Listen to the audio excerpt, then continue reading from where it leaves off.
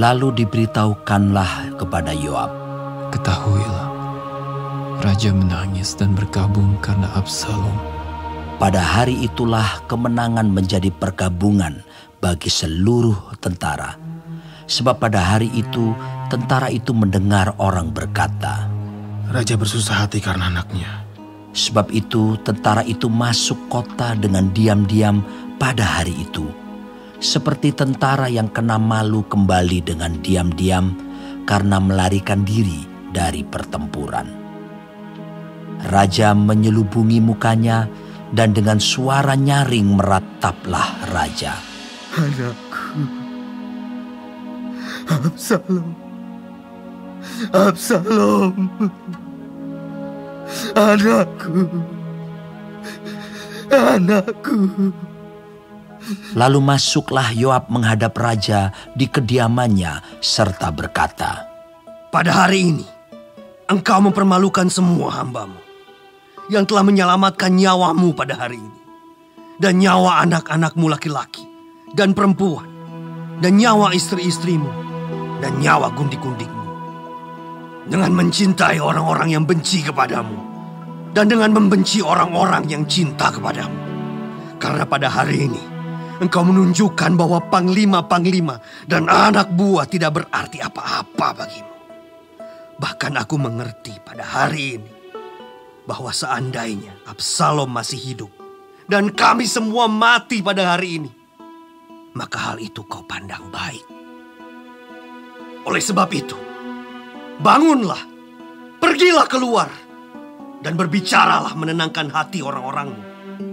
Sebab aku bersumpah demi Tuhan, apabila engkau tidak keluar, maka seorang pun tidak akan ada yang tinggal bersama-sama dengan engkau pada malam ini.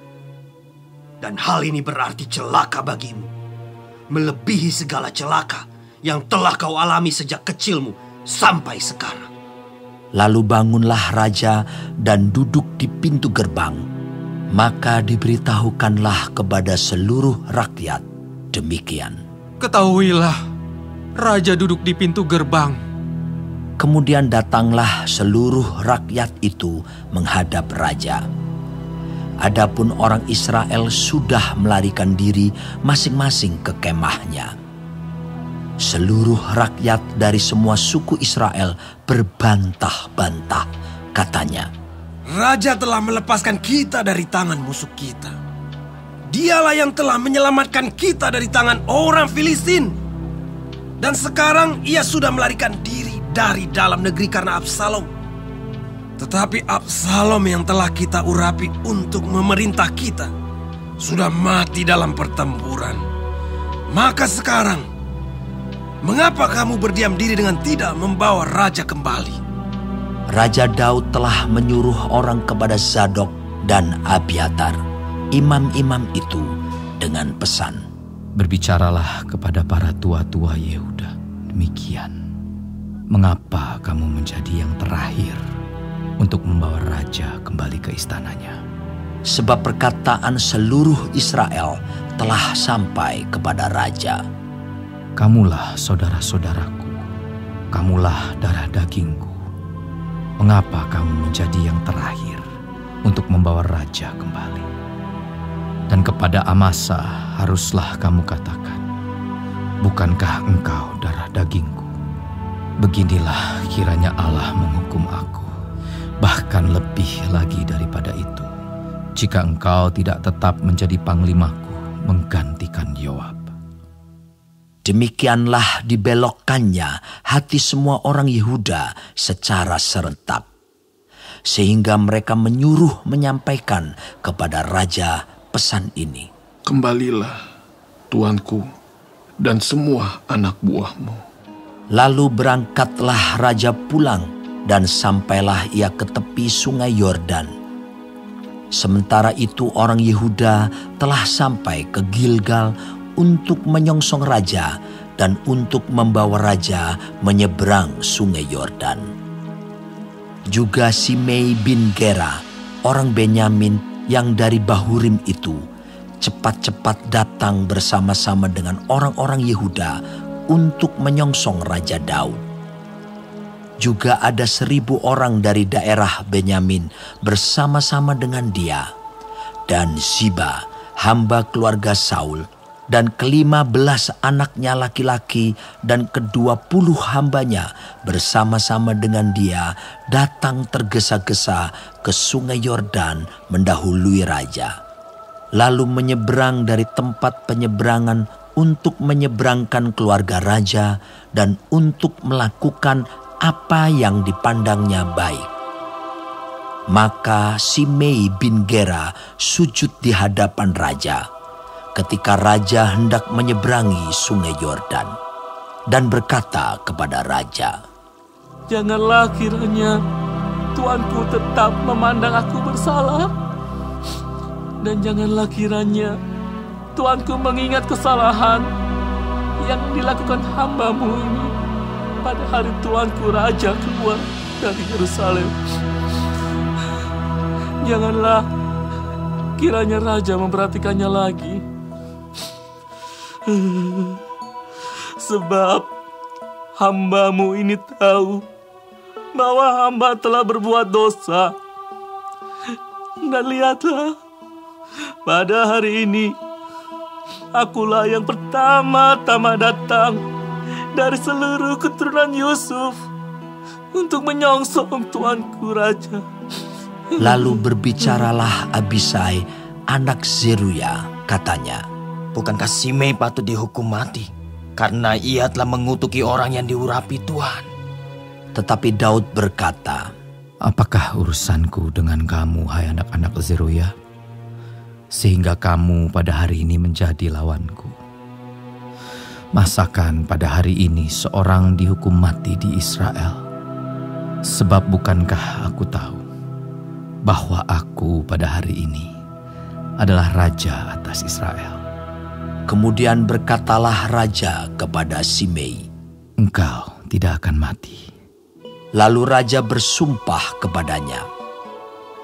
Juga Mefiboset bin Saul menyongsong raja. Ia tidak membersihkan kakinya dan tidak memelihara janggutnya, dan pakaiannya tidak dicucinya sejak raja pergi sampai hari ia pulang dengan selamat. Ketika ia dari Yerusalem menyongsong raja, bertanyalah raja kepadanya, "Mengapa engkau tidak pergi bersama-sama dengan aku, Mefiboset?" Jawabnya, Ya tuanku raja, aku ditipu hambaku. Sebab hambamu ini berkata kepadanya, "Pelanailah keledai bagiku, supaya aku menungganginya dan pergi bersama-sama dengan raja. Sebab hambamu ini timpang.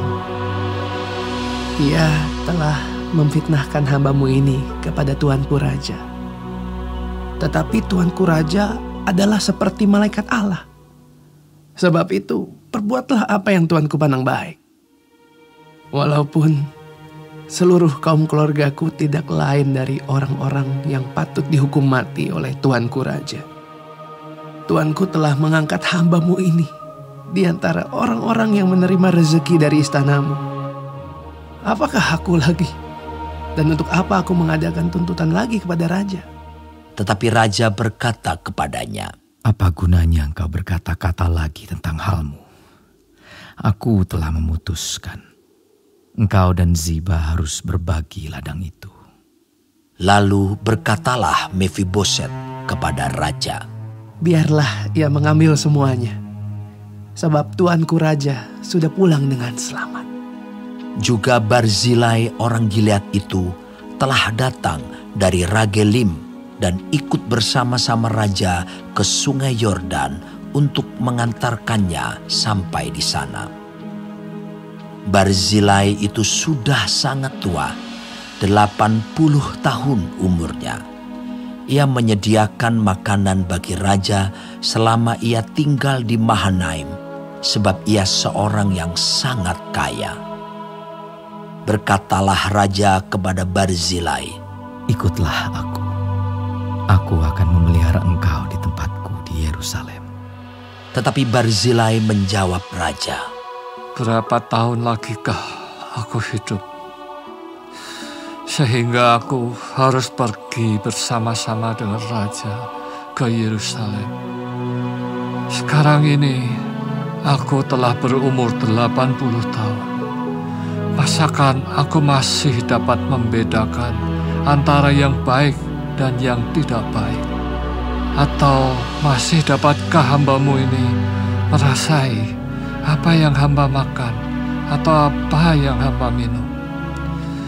Atau masih dapatkah aku mendengarkan suara penyanyi laki-laki dan penyanyi perempuan? Apa gunanya hamba-Mu ini lagi menjadi beban bagi Tuanku Raja? Sepotong jalan saja hamba-Mu ini berjalan ke seberang Sungai Yordan bersama-sama dengan Raja. Mengapa Raja memberikan ganjaran yang sedemikian kepadaku? Biarkanlah hamba-Mu ini pulang, sehingga aku dapat mati di kotaku sendiri, dekat kubur ayahku dan ibuku. Tetapi inilah hamba-Mu Kimham. Ia boleh ikut dengan Tuanku Raja. Perbuatlah kepadanya apa yang Tuanku pandang baik. Lalu berbicaralah Raja.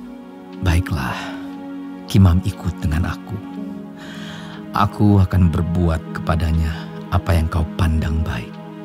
Dan segala yang kau kehendaki daripadaku akan kulakukan untukmu. Kemudian seluruh rakyat menyeberangi Sungai Yordan. Juga Raja menyeberang setelah berpamitan dengan Barzilai dengan ciuman. Lalu orang ini pun pulanglah ke tempat kediamannya.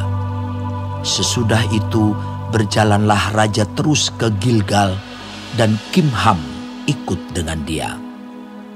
Seluruh rakyat Yehuda bersama-sama setengah dari rakyat Israel telah mengantarkan Raja.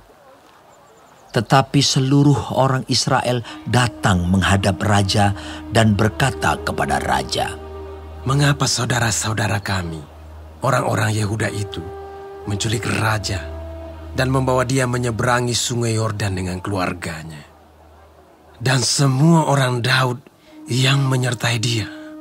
Lalu semua orang Yehuda menjawab orang-orang Israel itu, "Oleh karena Raja kerabat kami, mengapa kamu menjadi marah karena hal ini? Apakah kami makan apa-apa atas biaya Raja? Apakah kami mendapat keuntungan?" Tetapi orang-orang Israel itu menjawab orang-orang Yehuda, "Kami 10 kali lebih berhak atas Raja. Sebagai anak sulung, kami melebihi kamu. Mengapa kamu memandang kami rendah? Bukankah kami yang pertama-tama harus membawa Raja kami kembali?" Tetapi perkataan orang-orang Yehuda itu lebih pedas daripada perkataan orang-orang Israel. 2 Samuel 20. Kebetulan ada di sana seorang dursila bernama Seba bin Bikri, orang Benyamin. Ia meniup sangkakala serta berkata, "Kita tidak memperoleh bagian daripada Daud. Kita tidak memperoleh warisan dari anak Isai itu. Masing-masing ke kemahnya, hai orang Israel." Lalu semua orang Israel itu meninggalkan Daud dan mengikuti Seba bin Bikri. Sedangkan orang-orang Yehuda tetap berpaut kepada raja mereka, mengikutinya dari Sungai Yordan sampai Yerusalem. Sampailah Daud ke istananya di Yerusalem. Lalu raja mengambil ke-10 gundik yang ditinggalkannya untuk menunggui istana. Kemudian dimasukkannya mereka dalam sebuah rumah di bawah penjagaan. Ia memelihara mereka tetapi tidak dihampirinya. Mereka tetap terasing seperti janda sampai hari mati mereka. Berkatalah raja kepada Amasa, "Kerahkanlah bagiku orang-orang Yehuda dalam 3 hari. Kemudian menghadaplah lagi kemari. Lalu pergilah Amasa mengerahkan orang Yehuda, tetapi ia menunda-nunda tugas itu sampai melewati waktu yang ditetapkan raja baginya. Lalu berkatalah Daud kepada Abisai, "Sekarang Zeba bin Bikri lebih berbahaya bagi kita daripada Absalom. Jadi engkau, bawalah orang-orang tuanmu ini dan kejarlah dia, supaya jangan ia mencapai kota yang berkubu, dan dengan demikian ia luput daripada kita." Lalu Yoab, orang Kriti dan orang Pleti dan semua pahlawan keluar menyusul dia. Mereka keluar dari Yerusalem untuk mengejar Seba bin Bikri. Ketika mereka sampai ke batu besar yang di Gibeon, maka Amasa sudah tiba di sana lebih dahulu daripada mereka. Adapun Yoab mengenakan pakaian perang, dan di luarnya ada ikat pinggang dengan pedang bersarung terpaut pada pinggangnya. Ketika ia tampil ke muka, terjatuhlah pedang itu. Berkatalah Yoab kepada Amasa, "Engkau baik-baik, saudaraku." Sementara itu tangan kanan Yoab memegang janggut Amasa untuk mencium dia. Amasa tidak awas terhadap pedang yang ada di tangan Yoab itu. Yoab menikam pedang itu ke perutnya sehingga isi perutnya tertumpah ke tanah.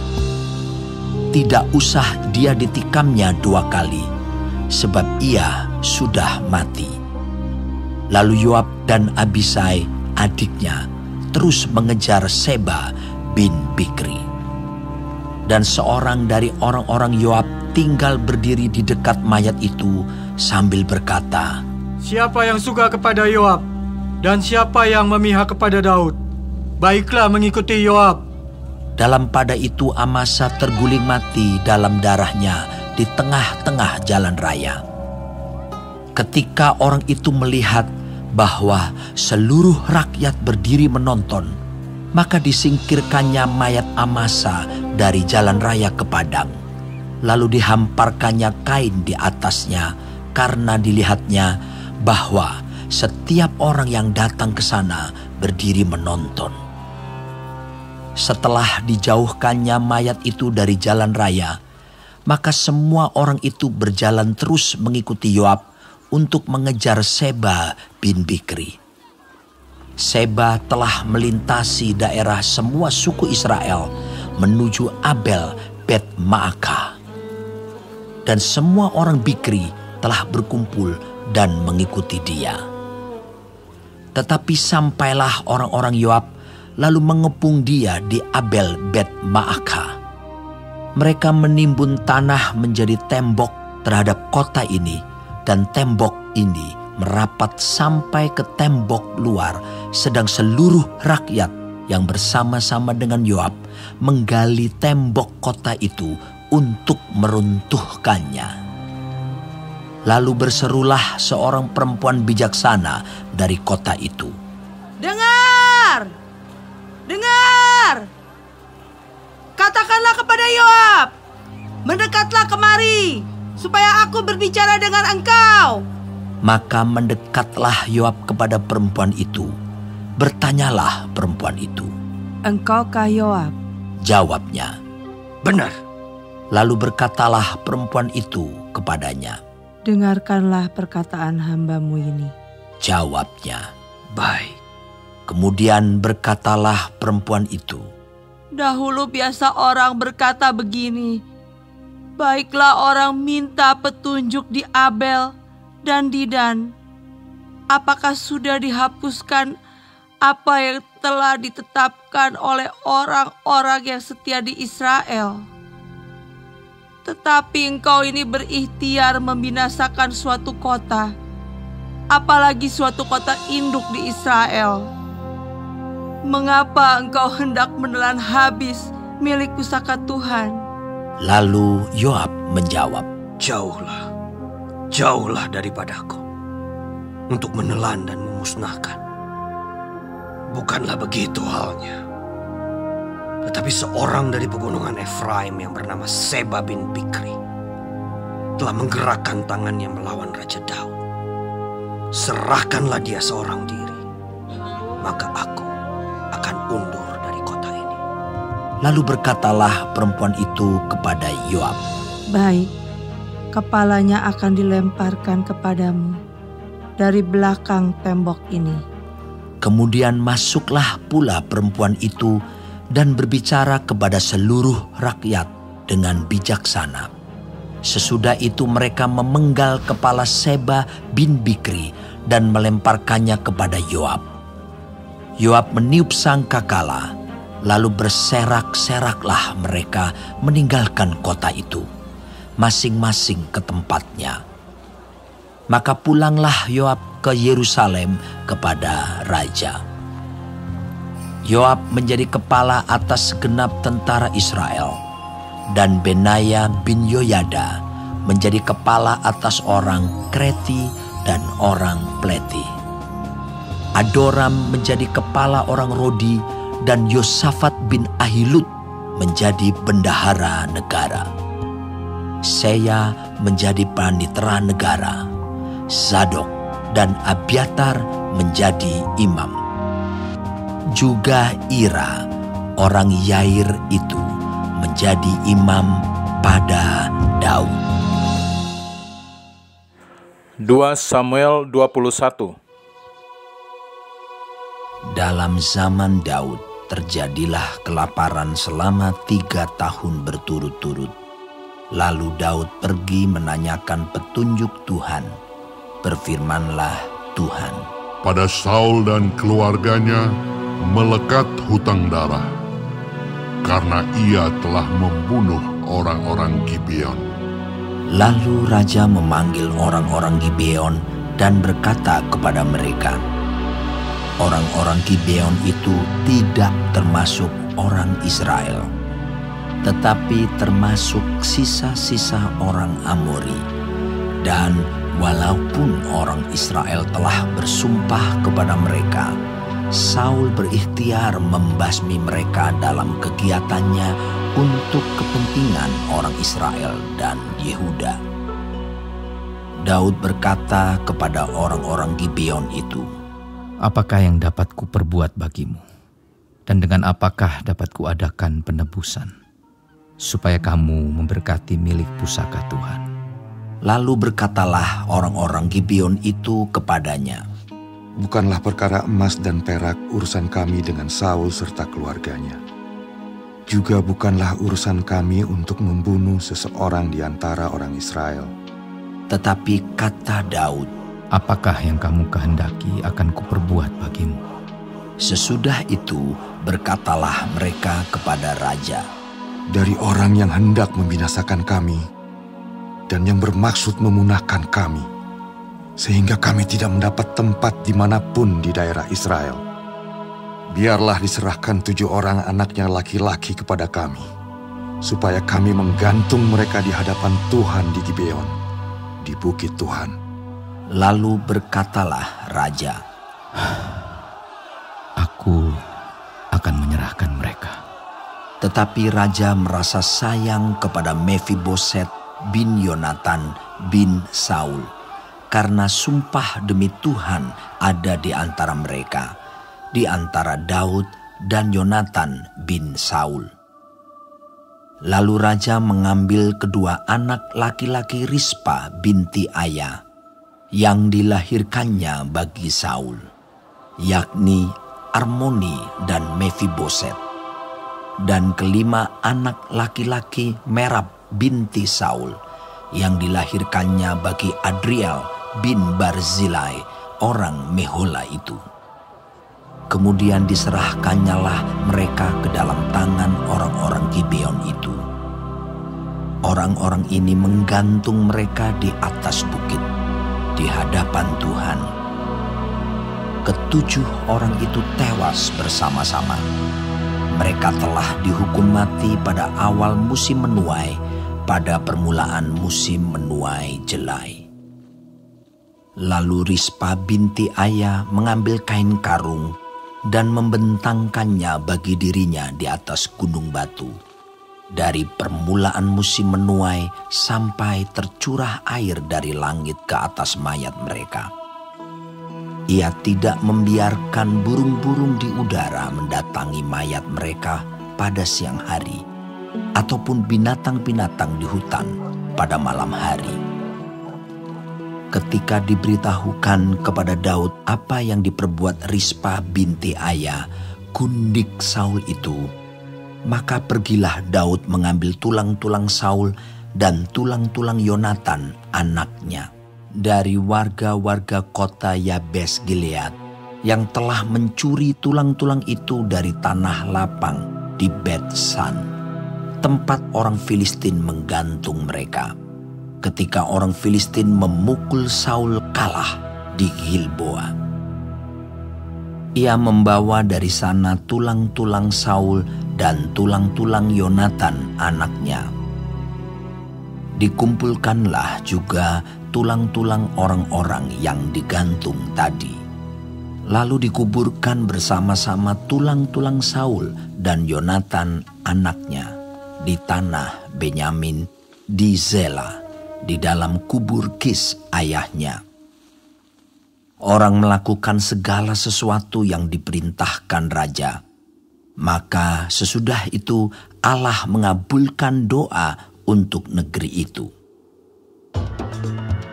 Ketika terjadi lagi peperangan antara orang Filistin dan orang Israel, maka berangkatlah Daud bersama-sama dengan orang-orangnya, lalu berperang melawan orang Filistin sampai Daud menjadi letih lesu. Yesbi Benob yang termasuk keturunan raksasa, berat tombaknya 300 shikal tembaga, dan ia menyandang pedang yang baru, menyangka dapat menewaskan Daud. Tetapi Abisai, anak Zeruya, datang menolong Daud, lalu merobohkan dan membunuh orang Filistin itu. Pada waktu itu, orang-orang Daud memohon dengan sangat kepadanya. Kata mereka, "Janganlah lagi engkau maju berperang bersama-sama dengan kami, supaya keturunan Israel jangan punah bersama-sama engkau." Sesudah itu, terjadi lagi pertempuran melawan orang Filistin di Gob. Pada waktu itu Sibkai, orang Husa, memukul kalah Saf, yang termasuk keturunan raksasa. Dan terjadi lagi pertempuran melawan orang Filistin di Gob. Elhanan bin Yaare Oregim, orang Bethlehem itu, menewaskan Goliat orang Gad itu, yang gagang tombaknya seperti pesa tukang tenun. Lalu terjadi lagi pertempuran di Gad. Dan di sana ada seorang yang tinggi perawakannya, yang tangannya dan kakinya masing-masing berjari 6, 24 seluruhnya. Juga orang ini termasuk keturunan raksasa. Ia mengolok-olok orang Israel, maka Yonatan, anak Simea kakak Daud, menewaskannya. Keempat orang ini termasuk keturunan raksasa di Gad. Mereka tewas oleh tangan Daud dan oleh tangan orang